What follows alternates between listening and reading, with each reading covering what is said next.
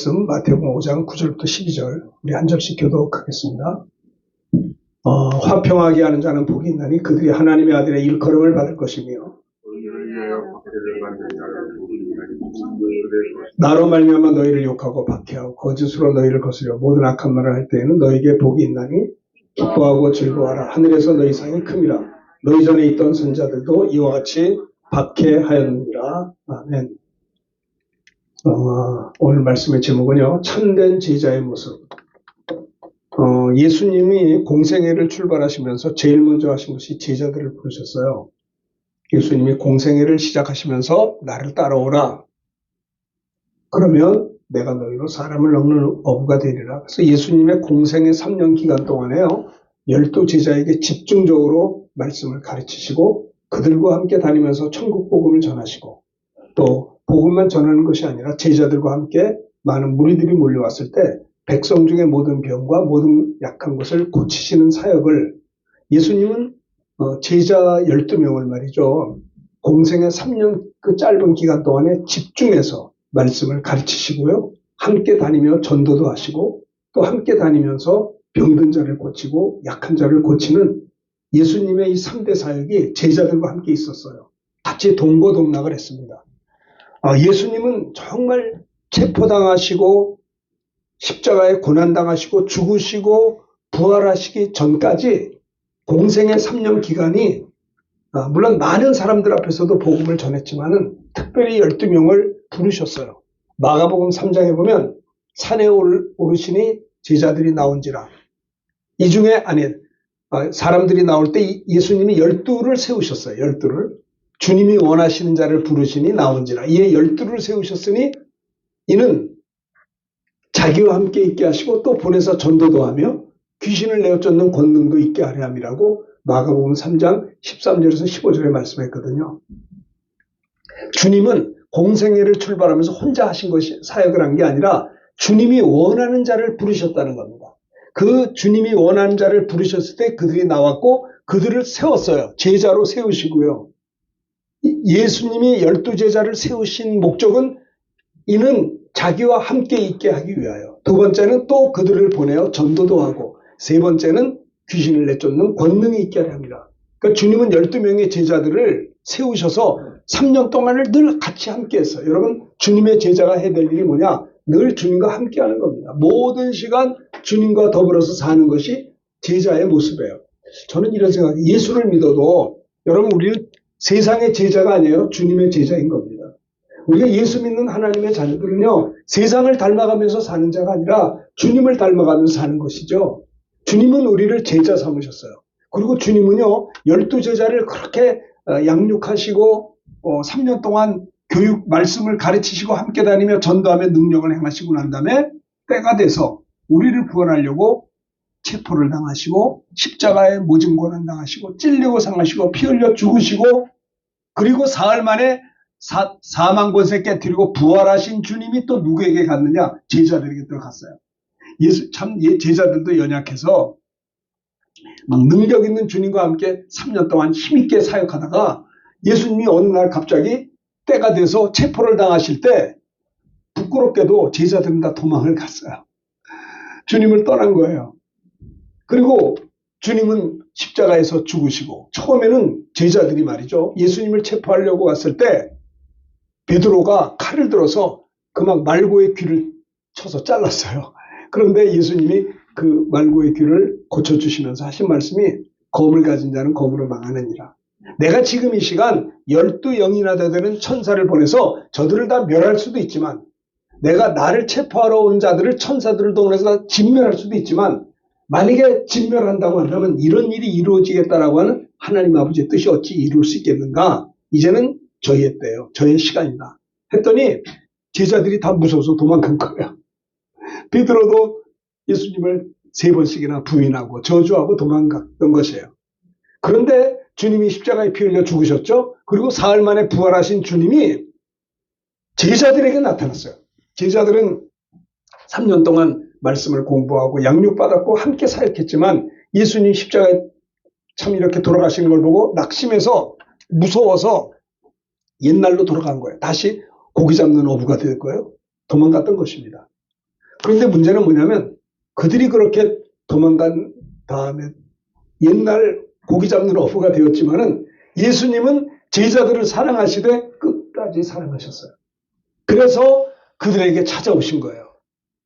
디베라 바닷가에서 고기 잡는 베드로와 제자들을 향해서 부활의 주님이 나타나니까 이 제자들이 깜짝 놀란 거예요. 조반을 같이 먹자. 그러면서 주님이 하신 말씀이 뭐예요? 네? 요한의 아들 시므라, 내가 이 사람들보다 나를 더 사랑하느냐. 주님은 제자들을 사랑하시되 끝까지 사랑하셨어요. 그들이 연약하고 무서워서 잠시 주님을 떠났지만 그러나 주님은 그들을 끝까지 사랑하셔서 부활의 주님이 찾아오셨을 때 제자들은 너무 기뻐서 부활의 주님과 함께 있었죠. 그리고 부활하신 주님이 40일 동안을 세상에 계시다가 이제 승천할 날이 가까웠어요. 승천하실 때 우리 주님이 하신 말씀이 뭔지 아세요?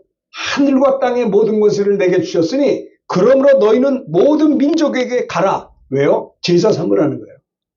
그리고 모든 민족에게 가서 제자 삼고 아버지와 아들과 성령의 이름으로 세례를 베풀고 내가 너에게 분부한 모든 것을 가르치고 지키게 하라는 거예요. 잘 보세요. 주님이 여러분들을 제자로 부르신 것은요.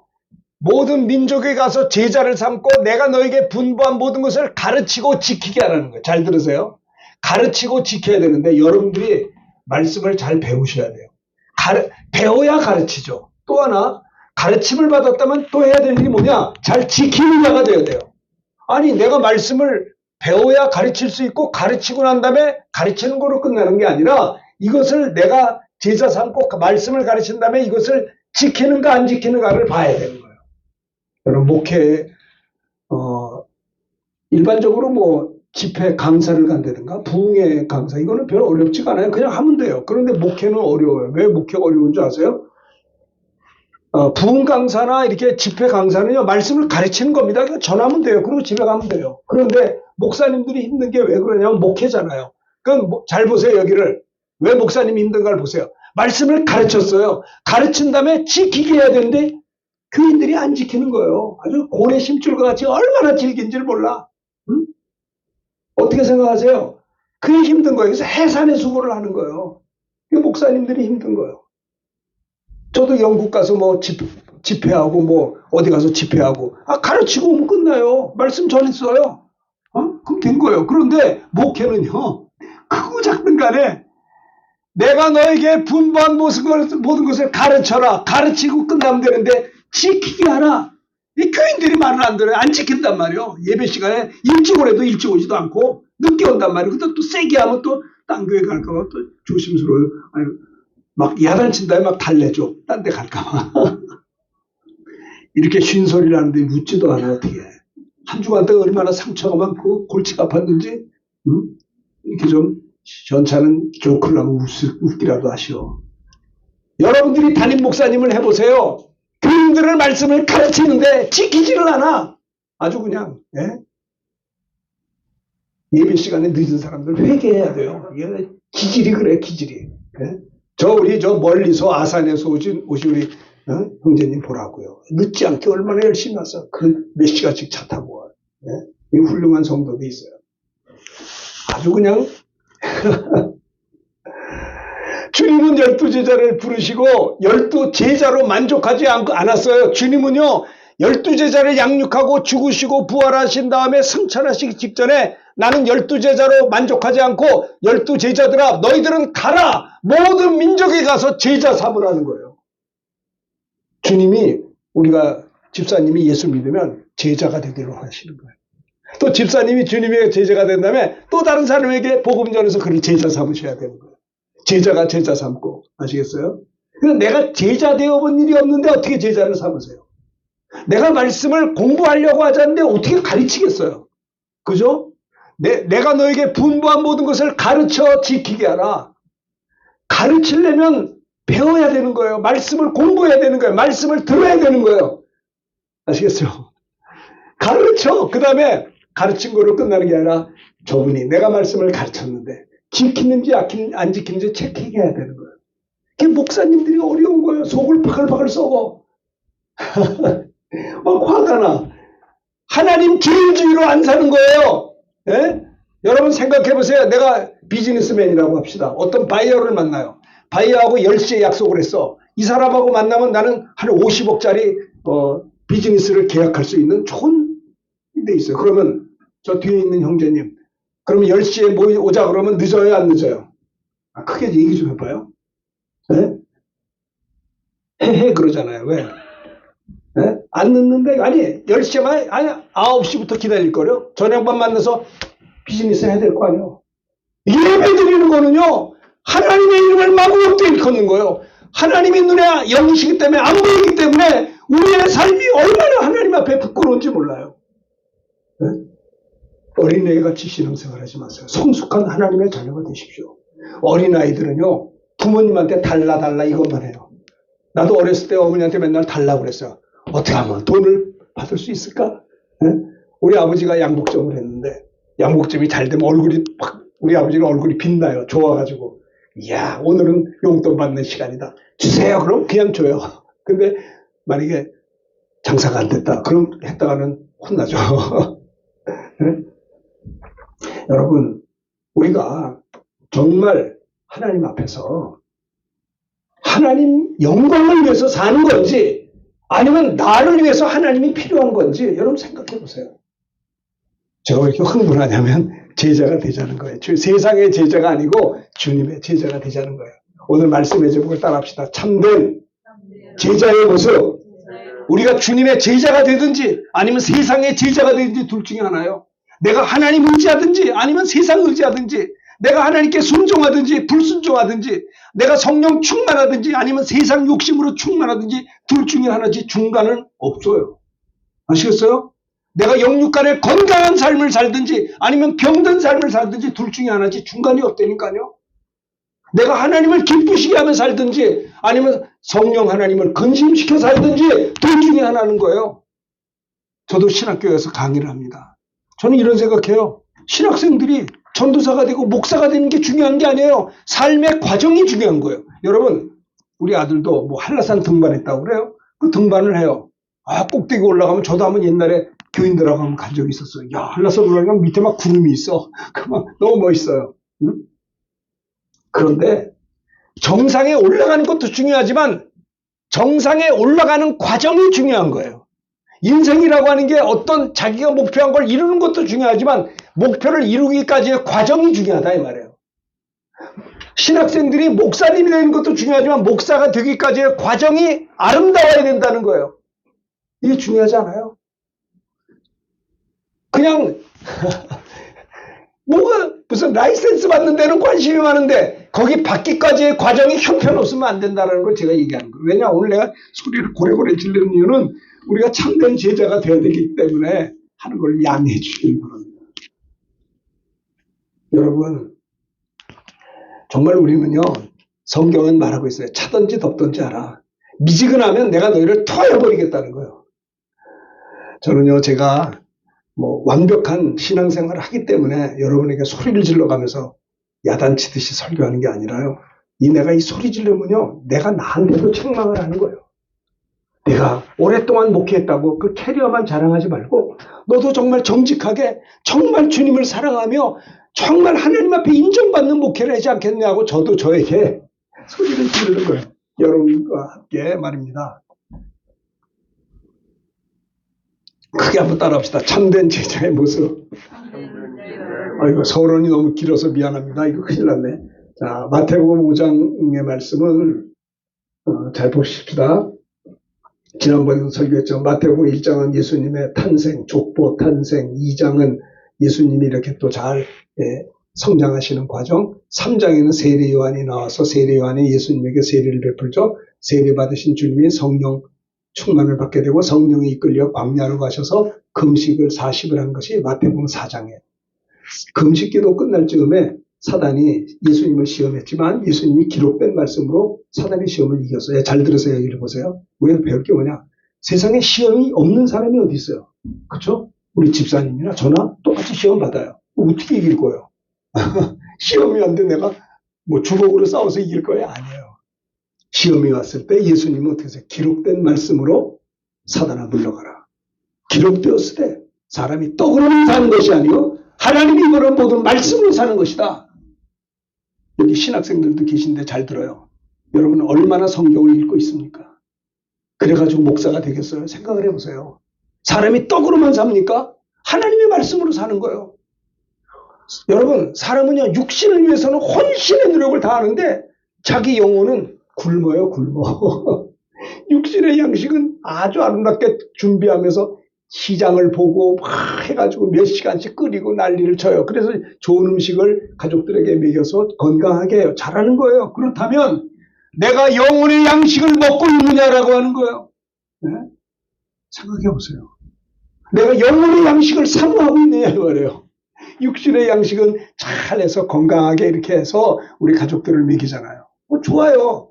그 시간이 얼마나 많아요. 그거 하루 세 때 먹이면 시간이 많이 걸립니다. 그것보다도 내가 우리 성도들, 우리 교인 가족들을 영혼의 양식을 공급할 수 있는 믿음의 사람들이 되어야 됩니다. 예수님이 40일 동안 금식한 다음에 기록된 말씀으로 사단을 물리쳤습니다. 우리들도 하나님의 말씀으로 무장하지 않으면 사탄을 이길 길이 있을까요? 없어요. 말씀으로 귀신을 쫓는 겁니다. 말씀으로 승리하는 거예요. 떡으로만 사는 게 아니라는 거예요. 그럼 예수님이 마태복음 4장 17절에 공생애를 출발하면서 그러니까 세례요한에게 세례받으시고 성령 충만받고 성령이 이끌려 광야 40일 금식하시고 기록된 말씀으로 3번 물리친 다음에 그때부터 공생애가 시작됐어요. 이제는 예수님이 뭐예요? 하나님의 아들로서 우리의 구세주로서의 공적인 생애가 시작됐던 겁니다. 그리고 예수님이 가는 곳마다 말씀을 전했고요. 공생애 시간에 또 복음을 전했고요. 병든 자를 고쳤더니 많은 사람들이 몰려들었어요. 뭐 말씀 들어서도 은혜 받았지만 병 고쳐주니까 오는 거예요. 사람들이 많이 몰려들었어요. 그때 예수님이 산에 올라가서 앉으시니 무리들이 나왔습니다. 그들을 향해서 예수님이 마태복음 5장에 공생의 첫 번째 메시지가 뭐냐? 입을 열어 가르쳐 이르시되 심령이 가난한 자는 복이 있나니 천국에 계십니다. 보세요. 수많은 사람들이 병든 자들이 고침받아서 고침받으려고 주님 앞에 나왔는데요. 생각해 보세요. 그런데 그 기대와는 달리 예수님이 그 병 고침 받아서 많은 사람들이 몰려 앉아서 산에 올라가서 그 사람들을 향해 말씀을 전할 때 주님이 하신 첫 번째 메시지가 뭐냐? 교만하지 말고 너희들의 심령이 가난한 자가 되라. 하나님을 사모하며 가난한 심령을 가질 때 그들에게 천국을 주겠다는 거예요. 이 사람들은 세상적인 고침, 병 고침 이런 것을 가지고 주님 앞에 왔는데 소경이 눈을 뜨고 귀머거리가 막 듣고 하니까는 나도 좀 고침받을 게 왔는데 주님이 하는 거는 천국을 주시겠다는 천국. 그리고 8가지 천국 백성의 인격에 대해서 이야기했어요. 그래서 지지난주에 마태복음 5장 1절부터 5절을 설교했고 두 번째는 또 6절부터 9절, 8절까지 했고요. 오늘은 이제 9절부터 12절까지의 말씀을 한 것입니다. 자, 9절을 보겠어요. 다 같이 크게 읽읍시다. 시작! 화평하게 하는 자는 복이 있나니 그들이 하나님의 아들의 일컬음을 받을 것이요. 참된 제자의 모습이 첫 번째가 뭐냐? 화평하게 하는 자는 복이 있나니 그들이 하나님의 아들의 일컬음을 받을 것이다. 화평하게 하는 자, 사람들 가운데 평화를 이루는 자가 복이 있나니 저들이 하나님의 아들의 일컬음을 받을 것이라고 했습니다. 자, 우리가 잘 아는 요셉은요, 형들에게 팔려서 종살이를 했습니다. 종살이 하다가 거기서 또 보디발의 아내의 누명을 쓰고 옥에 들어가게 되었어요. 갈수록 태산이죠. 그러나 옥에서도 하나님 앞에 하나님을 겸손히 섬길 때 하나님께서 그를 옥에서 끄집어내서 총리가 되게 하셨어요. 꿈 해석을 통해서. 그 총리가 됐어요. 그리고 7년 동안은 풍년이 있었고 7년 동안은 기가 막힌 흉년이 들어서 그 흉년이 애굽뿐만 아니라 요셉의 부모님이 살고 있는 그 동네에도 이 양식이 없는 거예요. 그래가지고 야곱이 형제들을 시켜서 저 애굽에 가면 양식을 가서 얻어와라. 돈을 준 거예요. 그들이 온 거예요. 그 요셉 앞에 와서 총리거든요. 엎어져 절을 하면서 우리에게 양식을 주셔서 꿈이 이루어졌잖아요. 나중에 창세기 45장에 보면요. 더 이상 그 형들을 만나서 이야기하다가 견딜 수가 없어서 모든 사람을 물러가라. 그리고 그 형제들에게 내가 당신들이 팔아넘긴 동생 요셉입니다. 이런 이야기를 했어요. 자, 2절 다 같이 읽읍시다. 시작. 요셉이 큰 소리로 우니 애굽 사람에게 들리며 바로의 궁중에서 들리더라. 여러분 생각해 보세요. 요셉이 말입니다. 17살 그 어린 나이에 형들한테 붙들려가지고 종으로 팔려서 종살이, 옥살이하고 기가 막힌 13년을 그렇게 살았어요. 근데 형들이 와서 양식을 달라고 하니까 총리가 됐잖아요, 요셉이. 형들을 붙들고 울었어요. 큰 소리로. 바로의 궁중에 들렸습니다. 요셉이 3절 읽읍시다. 시작. 요셉이 그 형들에게 이르되 나는 요셉이라. 내 아버지께서 아직 살아계시니까 형들이 그 앞에서 놀라서 대답을 못하죠. 자, 우리 4절부터 읽읍시다. 시작. 요셉이 형들에게 이르되 내게로 가까이 오소서. 그들이 가까이 가니 이르되 나는 당신들의 아우 요셉이니 당신들의 애굽의 판자라. 내가 당신들의 동생 요셉입니다. 형님들이 나 애굽에 팔았잖아요. 그게 물은 거예요. 근데 5절을 또 읽겠습니다. 시작. 당신들이 나를 이곳에 팔았다고 해서 근심하지 마소서. 한탄하지 마소서. 하나님이 생명 구원하시려고 나를 하나님 당신들보다 먼저 보내셨나이다. 와, 걱정하지 말라는 거예요. 한탄하지 말라는 거예요. 하나님이 우리 가족들 생명을 건져내려고 나를 여러 형님들보다 먼저 애굽에 보내준 겁니다. 당신이 판 게 아니라 하나님이 보냈습니다. 우리 가족 살리려고. 6절 다 같이 읽읍시다. 시작. 이 땅에 2년 동안 흉년이 들었으나 아직 5년은 밭갈이도 못하고 추수도 못할지라. 아직 계속 흉년이 계속된다는 소리예요. 7절, 8절 천천히 읽어봅시다. 시작. 하나님이 큰 구원으로 당신들의 생명을 보존하고 당신들의 후손을 세상에 두시려고 나를 당신들보다 먼저 보내셨나니 그런즉 나를 이루어 보내는 당신들이 아니요 하나님이시라. 하나님이 나를 바로에게 아버지로 삼으시고 그 온 집의 주로 삼으시며 애굽 온 땅의 통치자로 삼으셨나이다. 네, 생각해보세요. 저 화평하게 하는 자입니다. 우리 주님이 말씀하시기를 보면 참된 제자의 모습이 뭐냐. 요셉처럼 화평, 형님들에게 보복하지 않았어요. 아니 형들 왜 내가 그렇게 울며 사정했는데 그 어린 나를 그렇게 먼 나라로 종으로 팔 수가 있습니까? 하지 않았어요. 그는 오히려 주님의 마음을 가지고 동생 요셉이 형님들을 향해서 오히려 울면서 위로해 줬어요. 걱정하지 마시오. 내가 당신들의 자녀들을 기를 겁니다. 염려하지 마십시오. 아버지는 잘 계십니까? 화평하게 하는 자가 복이 있습니다. 그들이 하나님의 아들이, 하나님의 자녀들은 이렇게 사는 거예요. 악을 악으로 갚는 게 아닙니다. 합력의 손을 이시는 하나님을 바라본 것을 여기서 창세기 45장에서 볼 수가 있는 거예요. 참된 제자의 모습은 뭐냐? 여러분들이 사업하다가 속상한 일이 있으시죠? 여러분들을 이렇게 힘들게 하는 사람들 있잖아요. 얼마나 미워요. 근데 걱정하지 마세요. 그것 때문에 우리가 겸손한 걸 배우고요. 그것 때문에 내가 회개할 수 있게 되고요. 그것 때문에 합력의 손을 이루는 거예요. 그러니까 오히려 참 이렇게 역경을 당할 때 역경이 있으니까 우리가 하나님 편에 여러분 보세요. 둘째 아들 누구요? 그 탕자도 굶어 죽게 됐으니까 그때 하나님 앞에 무릎을 꿇는다고요. 여러분 인생의 끝을 못 가보면요 무릎이 안 꿇려. 인간이 약해가지고 병들어 죽을 때가 됐으니까 그때 무릎을 꿇는 거예요. 환도뼈가 부러지고 난 다음에 그때 주님 붙잡는 거예요. 아시겠어요? 네. 그래서 우리가 여러분들 나를 괴롭혔던 사람들을 미워하지 말고 그들이 잘못된 것을 바라지 말고 도리어 축복하며 기도하는 것이 주님의 은혜. 그 스데반 집사가 그랬어요. 그렇죠? 자기를 향해 돌로 던져 죽이려고 하는 그 사람들 향해 아버지여 저들의 죄를 사하시옵소서. 저들이 알지 못하고 하는 것입니다. 이게 주님 너희 안에 이 마음을 품으라 곧 그리스도 예수의 마음이니 참된 제자의 모습은 뭐냐? 주님의 마음을 가지고 구약의 요셉과 같이 형님들을 오히려 위로하고 하나님의 뜻을 발견하는 자가 참된 제자의 첫 번째 모습이다라고 하는 겁니다. 그러니까 화평케 하는 자는 복이 있습니다. 그들이 하나님의 아들이라 일컬음을 만나는 거예요. 사람들 가운데 평화를 이루는 겁니다. 그래서 도리어 복을 빌며 기도하라. 너희가 원수 갚는 것이 내게 있으니 주께서 원수 갚는 것이 원수 갚는 것이 주께 있다고 성경은 말했잖아요. 그러니까 너희는 도리어 복을 빌며 기도하라. 로마서에 보면 그렇게 말씀했어요. 원수가 줄이거든 먹이고 목마르거든 마시우라. 원수의 머리에 숯불을 쌓아 놓으라. 악에게 지지 말고 선을 이기라.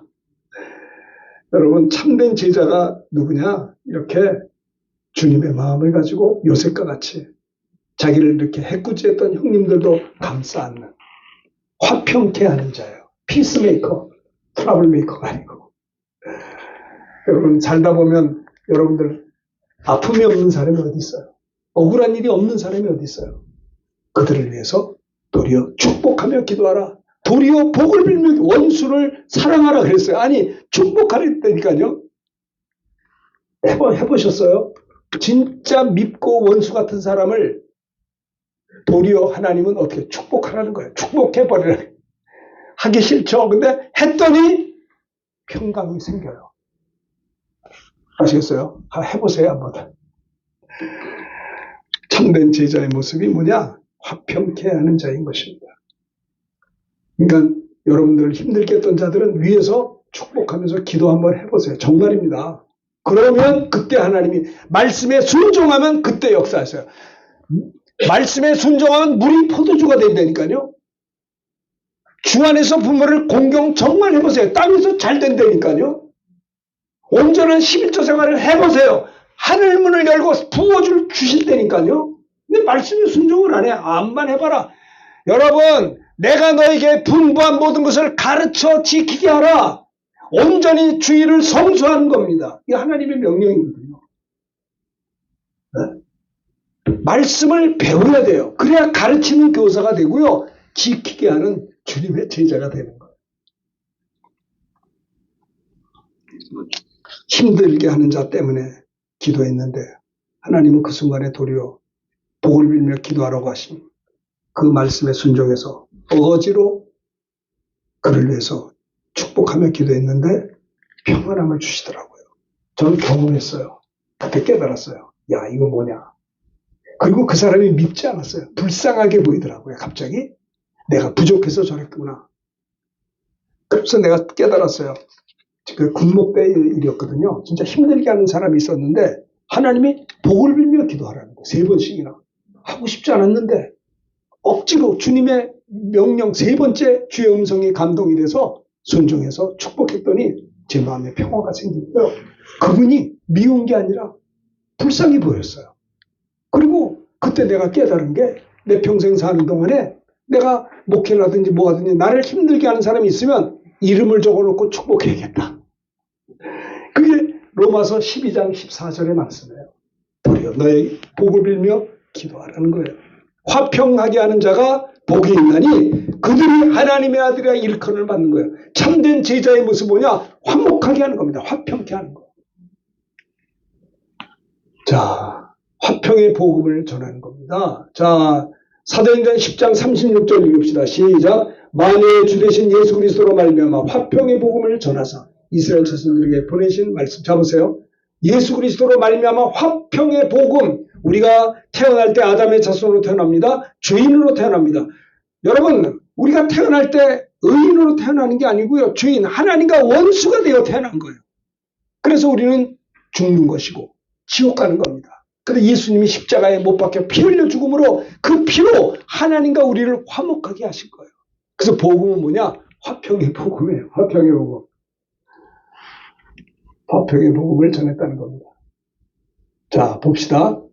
자, 로마서 5장 1절 크게 읽읍시다. 시작. 그러므로 우리가 믿음으로 의롭다 하심을 받았으니 우리 주 예수 그리스도로 말미암아 하나님과 화평을 누리자. 예수를 그리스도로 말미암아 하나님과 화평을 누린 사람은 이웃을 화평 누릴 수가 있는 거예요. 주님이 나를 사랑했기 때문에 나도 사랑하는 것이고 주님이 나 같은 거 용서했기 때문에 그거 가지고 용서하는 거지 내가 그릇이 커서 용서하는 게 아니에요. 내가 1만 달란트 주님의 십자가 보혈로 나 같은 사람 용서받았는데 내가 왜 형제를 용서 못하겠어요? 내가 주님께 받은 용서가 얼마나 큰데 그 용서 가지고 형제를 용서하는 거예요. 내가 저 형제 사랑하는 건 내가 원래 성인 군자가 돼서 저 사람을 사랑하는 게 아니고요. 주님의 사랑을 내가 받았기 때문에 그 사랑 가지고 형제를 사랑하는 것이다.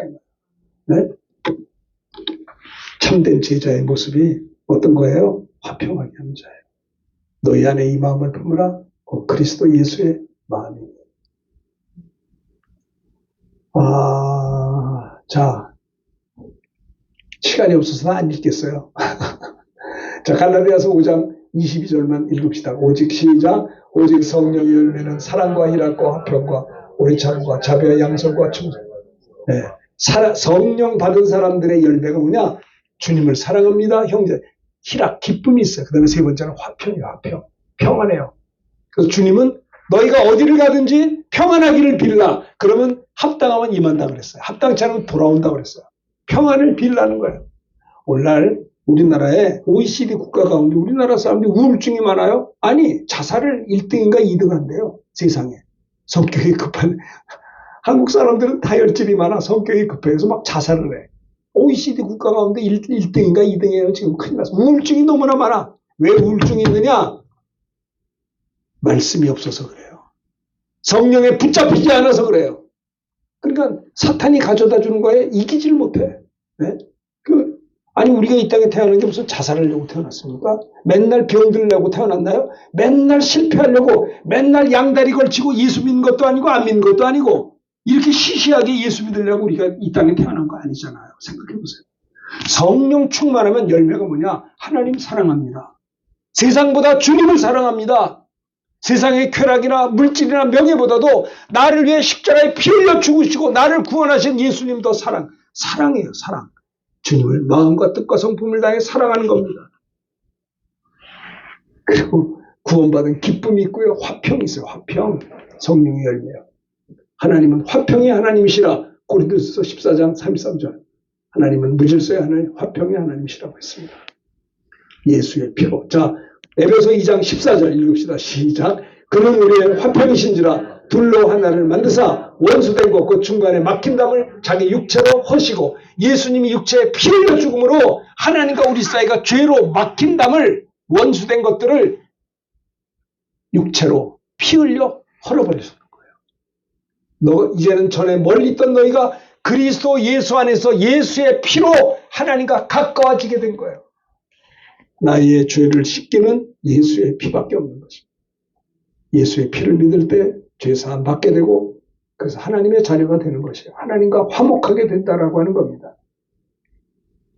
골로새 1장 20절 크게 읽읍시다. 보세요. 읽어요. 다 같이 시작. 그의 십자가의 피로 화평을 이루사 만물과 땅에 있는 것들이나 하늘에 있는 것들이나 그로 말미암아 자기와 화목하게 되기를 기뻐하심이라. 예수 십자가의 피로 하나님과 우리가 화평을 이뤘기 때문에 우리도 그 사랑받아서 형제와 화평을 이룰 수 있다라고 하는 것입니다. 그렇죠? 자, 위로부터 난 지혜는 첫째 성결하고 다음에는 화평하고 위로부터 주신 하나님의 지혜는 거룩합니다. 화평한 것이에요. 화평. 네. 18절 크게 읽읍시다. 시작. 화평하게 하는 자는 화평으로 심어 의의 열매를 거느라 피스메이커가 되는 거예요. 이전에도 제가 평신도 때 그 주일학교 다닐 때 어떤 집사님 보면 어떤 권사님 보면 어떤 장로님 보면 그게 마음이 편안해져요. 어쩌면 그렇게 얼굴이 인자하시고 우리를 신앙으로 잘 이렇게 가르쳐 주셨는지 화평하게 하는 자들은 화평으로 심어 의의 열매를 거둔다. 그렇게 말씀했습니다. 자, 이 말씀 참 중요해요. 15절 다 같이 읽읍시다. 시작. 내 형제가 죄를 범하거든 가서 너와 그 사람과만 상대하여 권고하라. 만일 들으면 내 형제를 얻은 것이요 만일 듣지 않으면 한두 사람을 데려다가 두세 정인으로 말마다 확증하게 하라. 만일 그들의 말도 듣지 않거든 교회 말하고 교회 말 듣지 않거든 이방인과 세 여기라. 잘 보세요. 이 15절을 보세요. 내 형제가 죄를 범했어요. 그러면 어떤 일이 잘 보세요. 여기를 보셔야 돼요. 어떤 형제가 여러분에게 죄를 범했어요. 그러면 여러분과 그 형제에게만 상대를 하는 거예요. 가서 친구야 왜 나한테 죄를 졌냐. 내가 마음이 힘들어. 그 사람하고 상대해서 왜 그랬어 하면서 권고하면 그래서 여러분들의 말을 들으면 이제 끝난 거예요. 근데 말을 듣질 않아. 16절 만일 말을 듣지 않으면 또 우리 선배들을 한두 분 데려다가 그들에게 또 이야기를 해요. 그래도 말을 안 들어. 그러면 교회 얘기해요. 교회 목사님이나 교회 어른들한테 얘기하고 그리고 교회 말도 듣지 않거든 이방인과 세례같이 발의 먼지를 떨어버리는. 대부분의 많은 사람들은요. 제가 이제 목회를 하면서도 힘들었던 게 뭐냐면 교인들끼리 다툼이 있을 때 직접 가서 얘기를 하는 게 아니라 직접 가서 말해서 문제가 해결되면 좋거든요. 근데 직접 가지 않고 말하기가 쑥스러우니까 딴 어떤 권사나 집사를 통해서 말을 해가지고 그 사람이 뒤로 얘기하니까 이 문제가 생기는 거예요. 성경적인 건 뭐냐면요. 잘 얘기를 보세요. 어떤 문제가 있을 때 내게 문제가 있으면 그 사람에게 찾아가서 이야기를 해야 돼요. 딴 사람한테 얘기하면 안 돼요. 개인적으로 찾아가서 얘기하면 그 사람이 그럴 거예요. 아, 내가 미안하네. 잘못했어. 미안해. 그럼 끝났어요. 또 하나. 내가 이렇게 얘기했을 때 그분이 나에게 변명을 할 때 내가 오해할 수가 있어요. 그럼 내가 오해해서 아이고 미안하다고. 내가 당신을 따지러 왔는데 얘기 들어보니까 내가 오해했네요. 괜찮아. 이제 그럼 끝나는 거예요. 근데 만약에 나는 잘못한 게 없는데 그 사람에게 이야기했을 때 그 사람이 안 받는 거예요. 도대체. 그냥 자기 마음대로야. 그러면 그 사람 놔두고 한두 사람 선배들을 모시고 이야기해서 같이 가서 이야기하고 그래도 말을 듣지 않거든 교회예요. 교회도 말을 듣지 않으면 그에게 이제 발에 먼지를 떨으라는 거예요. 근데 대부분의 사람들은요. 목회를 제가 이제 처음 이제 개척을 할 때 36년 전에 이제 군목제도하고 개척할 때 보면 교회는 많이 부흥해요. 막 100명, 150명 막 부흥했어요. 근데 이 교회가 이제 짧은 시간에 부흥하니까 교인들끼리 막 싸우는 거예요. 싸우는데 둘이 싸우는 게 아니라 어떤 분 A와 B가 있을 때 B가 A한테 얘기해서 끝나면 참 좋은데 대개 B가 문제, 이제 A가 문제 있을 때 B가 C, D한테 얘기를 해서 거꾸로 돌아치면 이게 골치가 아픈 거더라고요. 이 말이. 그러니까 불화가 되는 거예요. 대개 보면 가정을 얘기해 봅시다. 옛날에는 부모님들을 모시고 살았댔어요. 그럼 형수님도 있고 형님이 이제 같이 살아요. 이렇게 옛날엔 그랬잖아요.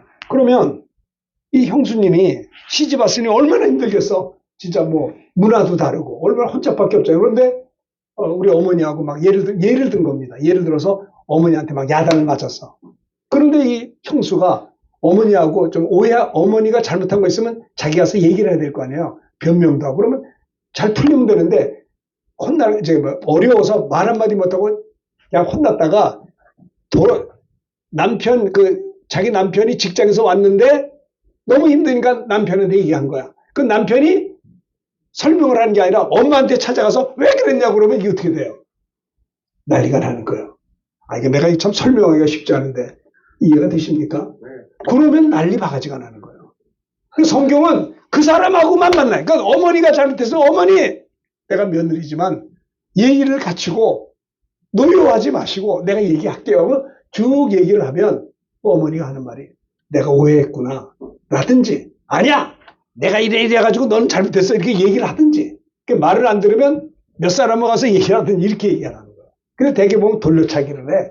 이게 문제를 여기 화평할 수가 없는 거예요. 막 당을 짓고 살아. 그거에 대해서 사탄이 역사한다는 것을 이야기하고 있는 것입니다. 마태복음 18장이 굉장히 중요한 거예요. 만약에 제가 실수를 했어요? 그럼 여기에 전도사님이 나한테 와서 얘기해야지. 딴 데 또 돌려차기를 하면 안 된다. 그런 것도 없지만 예를 들어서 하는 얘기예요.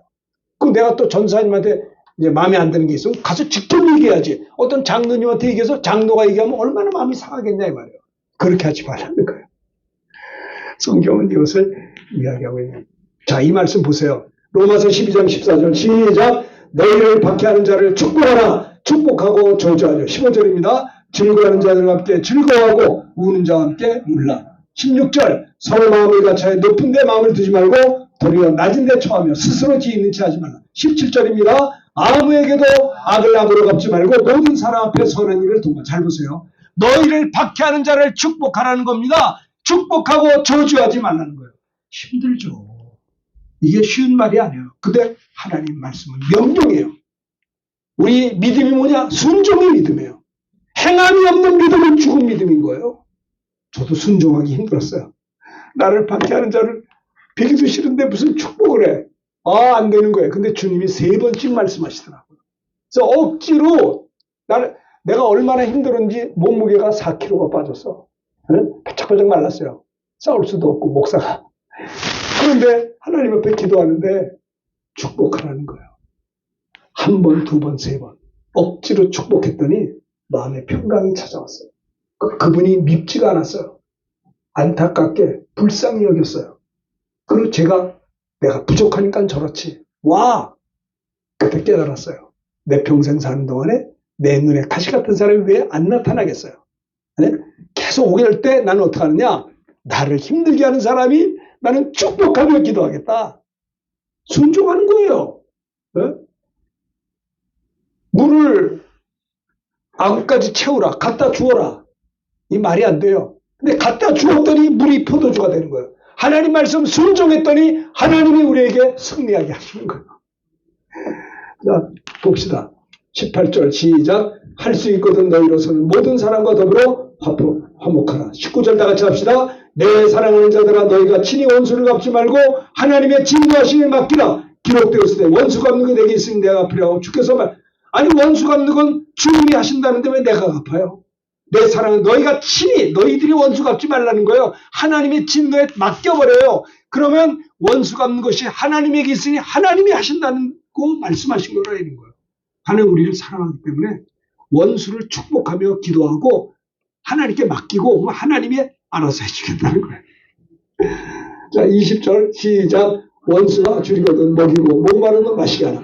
그러면 내가 그 숯불. 그러니까 우리가 해야 될 일은 뭐냐? 원수가 배고파할 때 먹여주고 목마르면 마시게 하라. 그가 잘못될 때 박수 치지 말라는 거예요. 저거 봐라. 내 말 안 들고 나한테 했고 저걸 이러지 말라는 거예요. 줄일 때 먹여주고 목마를 때 마시게 하라. 그리함으로 이게 참된 제자의 모습이에요. 그래서 숯불을 그 머리에 쌓아. 따라 21절 크게 합시다. 시작. 악에게 지지 말고 서로를 악을 이기라. 이 결론이에요. 서로를 악을 이기는 겁니다. 집사님 이렇게 하셔야 돼요. 네? 이렇게 하시면 돼요.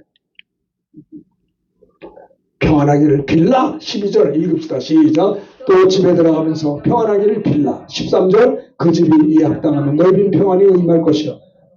합당치 않으면 그 평안.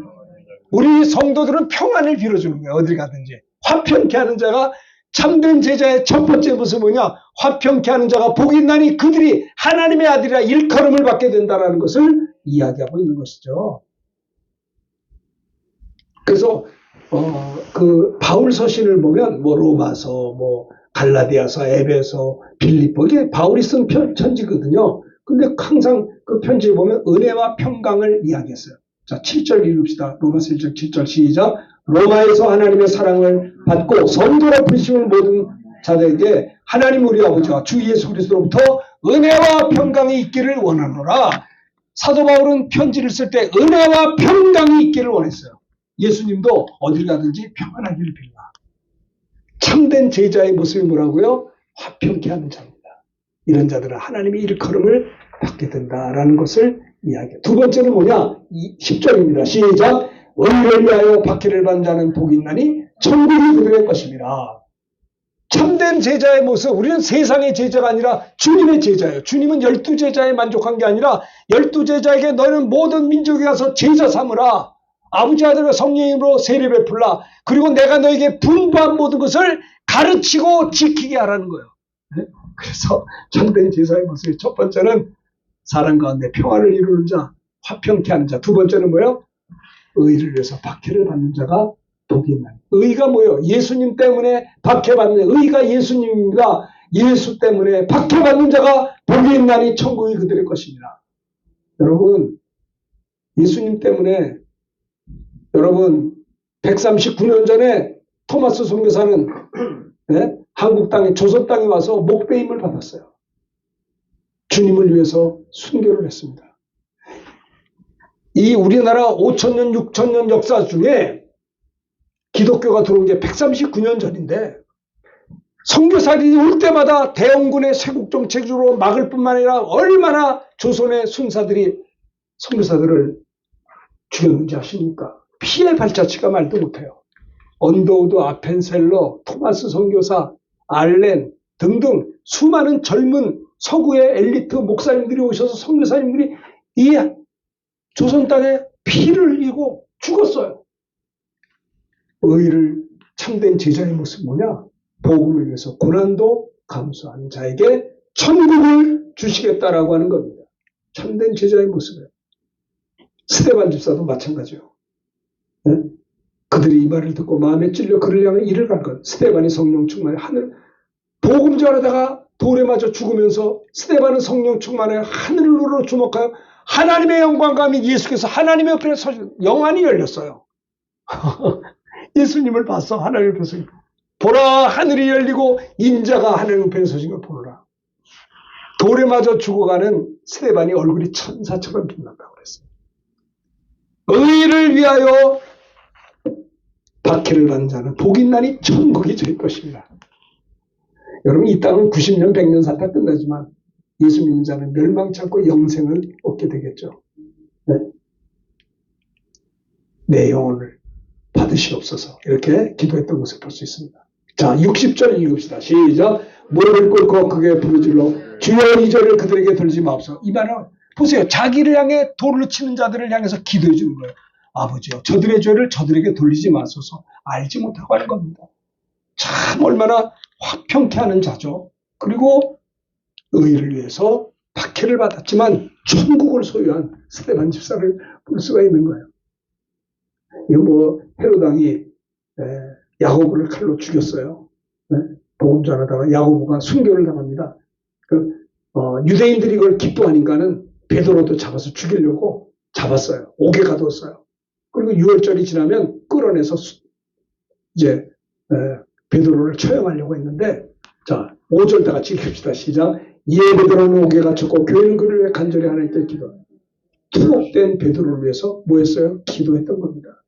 기도해가지고 하나님께서 7절 읽읍시다. 시작. 호련히 주의 사자가 나타나 옥중에 광채가 나며 또 베드로의 옆구리를 쳐 깨워 이르되 급히 일어나라며 기도할 때 천사를 보내서 그를 끄집어낸 거예요. 천사가 이르되 띠를 띠고 신을 신으라. 그대로 하니 천사가 또 한데 겉옷을 씻고 따라오라. 베드로가 나와서 따라하는데 천사가 하는 것을 생신지 알지 못하고 환상을 보는가 하더라. 와, 기도할 때 그를 건져낸 거예요.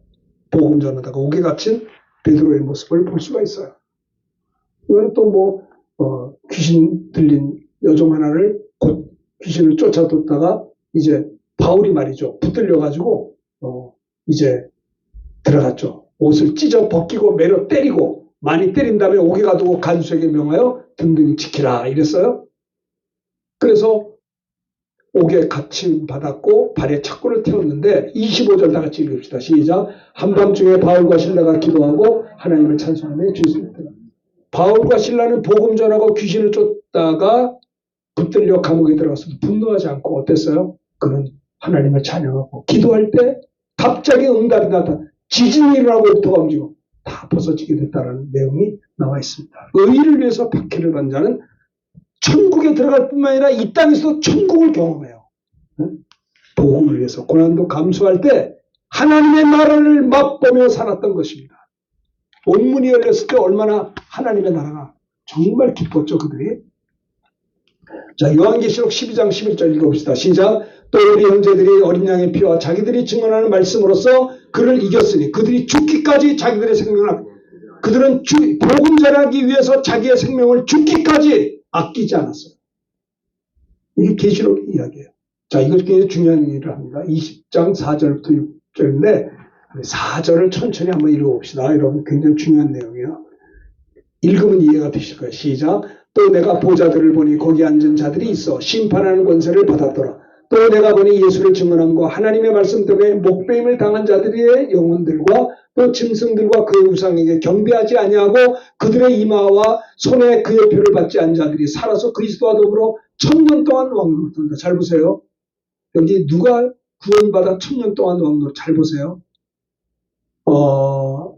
내가 보니 예수를 복음을 전함과 하나님 말씀 때문에 목배임을 당한 순교자들의 영혼들, 짐승과 짐승의 우상들에게 경배하지 않냐고 그들의 이마와 손에 짐승의 표를 받지 않은 자들이 살아서 주님이 재림하면 천년왕국 시작되거든요.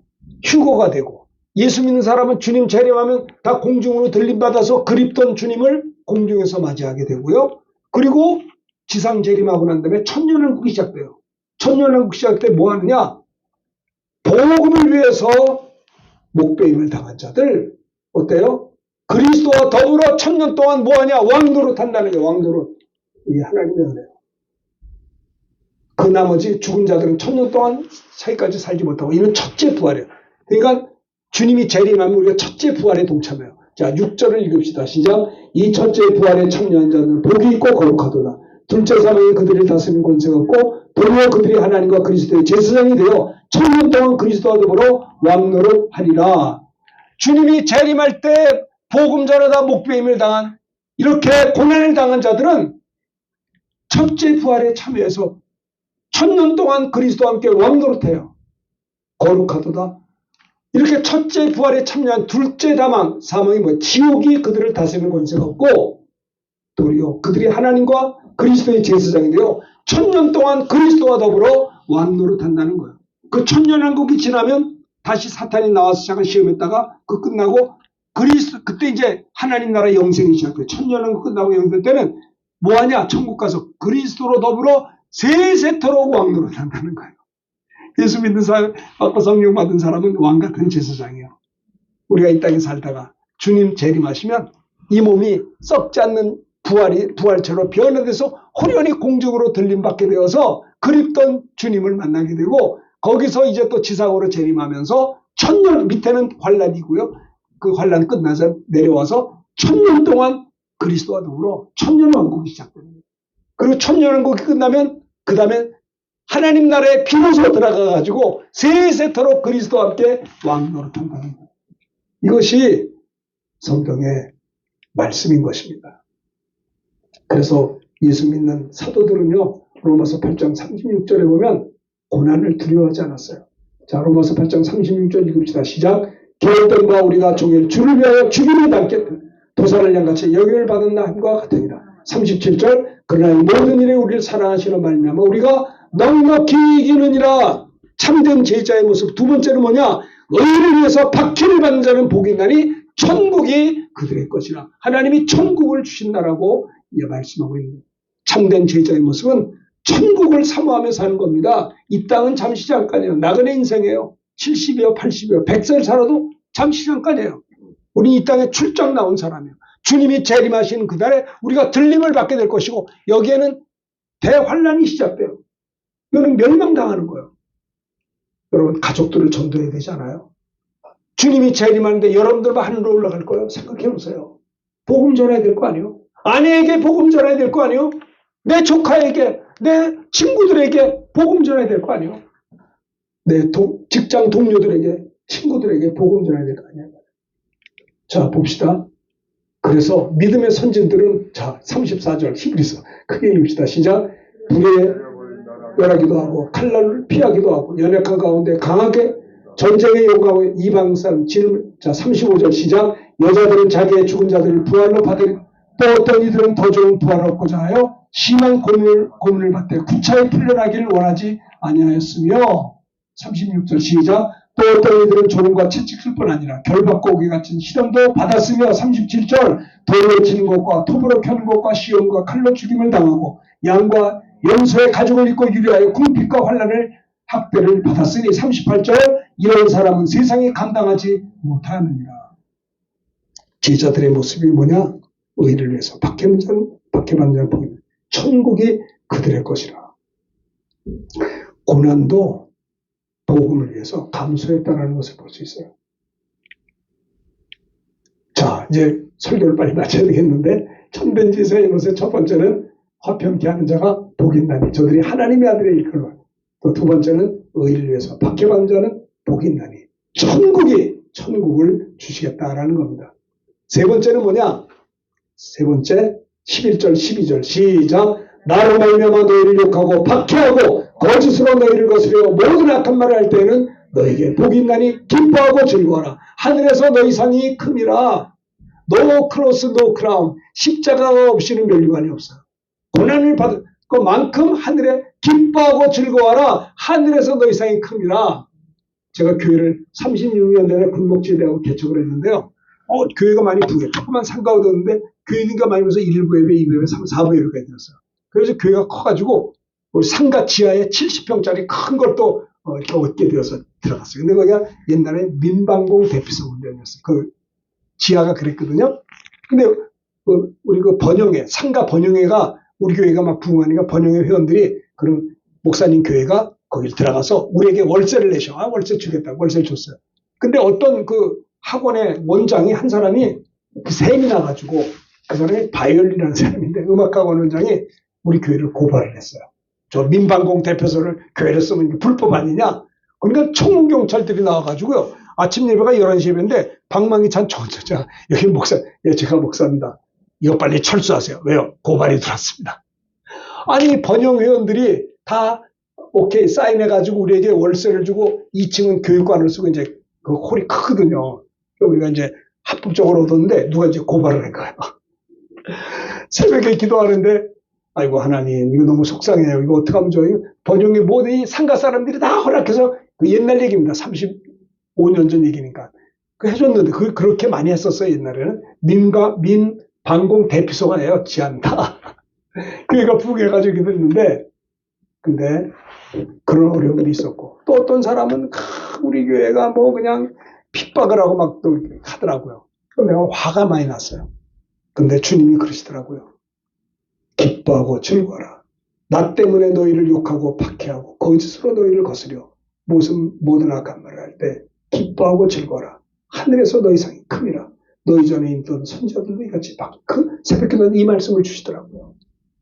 예수님 때문에 너희를 욕하고 거짓으로 너희를 거스려 모든 악한 말을 하고 저희를 고발했던 그 음악학원 원장은요. 너무 호를 싸게 얻었다 이거지. 고발해. 근데 그 사람은 어떤 다른 죄에 얽매여서 도망갔어요. 근데 기도했는데 그 사람 뭐 미워하고 그러지 않았어요. 그냥 그를 위해서 기도만 해줬는데 하나님 이거 우리가 합법적인 건데 이거 불편 예배 시간 만에 와가지고 자꾸 얘기하니까 마음이 편치가 않았는데 근데 하나님께서 모르드게 그러더라고. 모르드게가 뭐예요?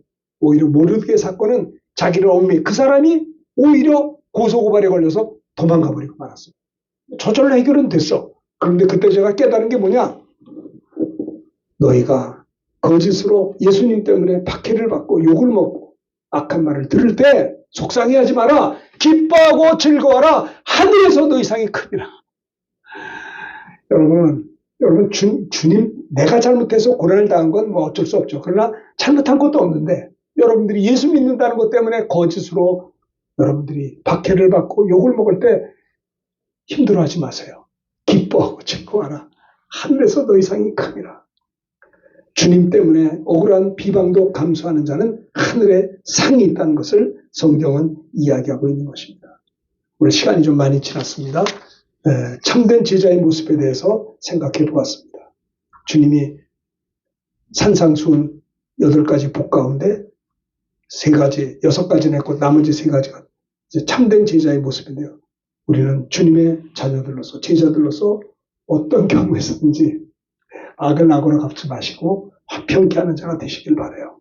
그런 자들이 하나님의 아들이라 일컬음 받게 될 것이고 예수님 때문에 박해를 받은 순교한 자들이 복이 있나니 천국을 주시겠다는 거고요. 또 예수님 때문에 욕을 먹고 내가 잘못한 게 없는데 박해를 받고 거짓으로 너희를 거스려 모든 악한 말을 들을 때 분하게 생각하지 마라. 기뻐하고 즐거워라. 하늘에서 너희 상이 크니라.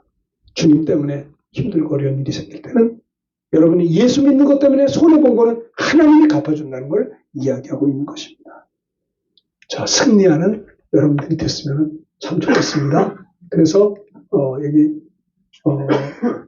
보면 자 로마서 5장 3절 한번 읽읍시다. 시작. 다만 이뿐 아니라 우리가 환난 중에도 즐거워하나니 환난은 인내를 인내는 연단을 연단은 소망을 이루는 줄을 아니라. 보세요. 환난 중에도 슬퍼하는 게 아니라 즐거워하나니 환난은 인내를 인내는 연단을 연단은 소망을 이루는 줄 아니라.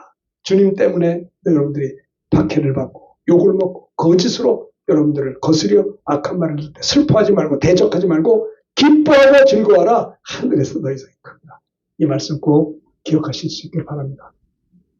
18절 한번 읽어볼까요? 18절 로마서 8장 18절 시작. 생각건대 현재의 고난은 장차 우리에게 나타날 영광과 비교할 수 없도다. 예.